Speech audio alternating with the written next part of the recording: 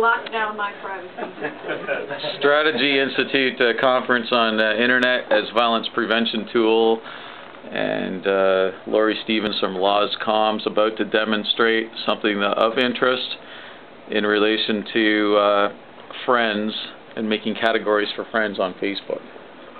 Okay, so here on my home page, if you click this top button where it says Friends at the very top, and then when you get to your Friends page, over here in List, you click on Friends, okay? And you click on Friends, and then see this button up here, it says Create New List. And that's as simple as that.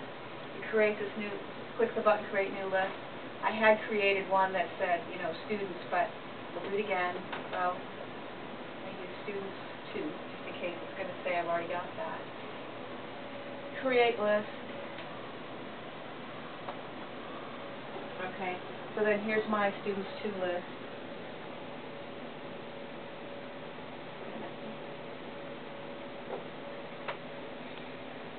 Go back to my friends page. Recognize it. Over here, here's my list. Students 1 I created, students 2, okay? So then when I click on the name of that list, I get this page. I can click Add Friends to List, and now here's all my friends, and I just select them, put them in that list, and then the way Scott shows you to set your privacy settings, you do it for each individual list. So you can determine, you can determine which friends list of yours can then see specific information. Yes. So the point I was making earlier is that you have people you work with, and you want to put your professional contacts under one list, but then 1 or 2 of them is also a really good friend, and you put them on your friends list. That person is going to see the most restrictive settings. So you might be restricting somebody from seeing things you want to see. It's a really good friend. But so, sorry, the hierarchy is what? Which is the least restrictive and which is the most restrictive? So let's say you have your professional friends at work and your close friends, okay?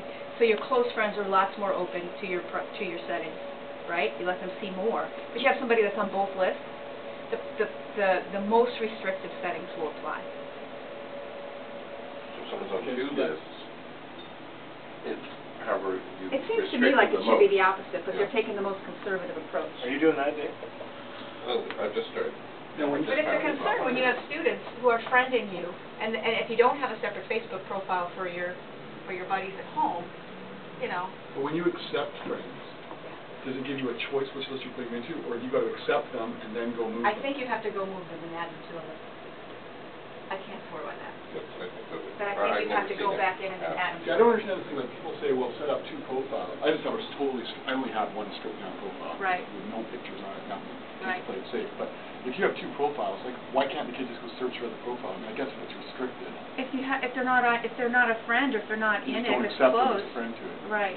So you can have a big list of friends, and you can have categories within that list.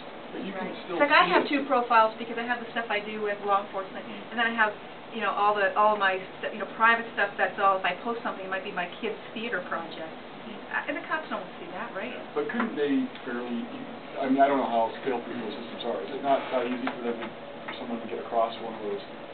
If I have them linked, they possibly could, because I'm essentially friending myself. They could. But if they so if somebody tags me in a photo, so I'm friends with David, but I'm not friends with you. But you know, you put up something about you put up a video about David and you tag him. I can see it even though it's your video. Right. Right.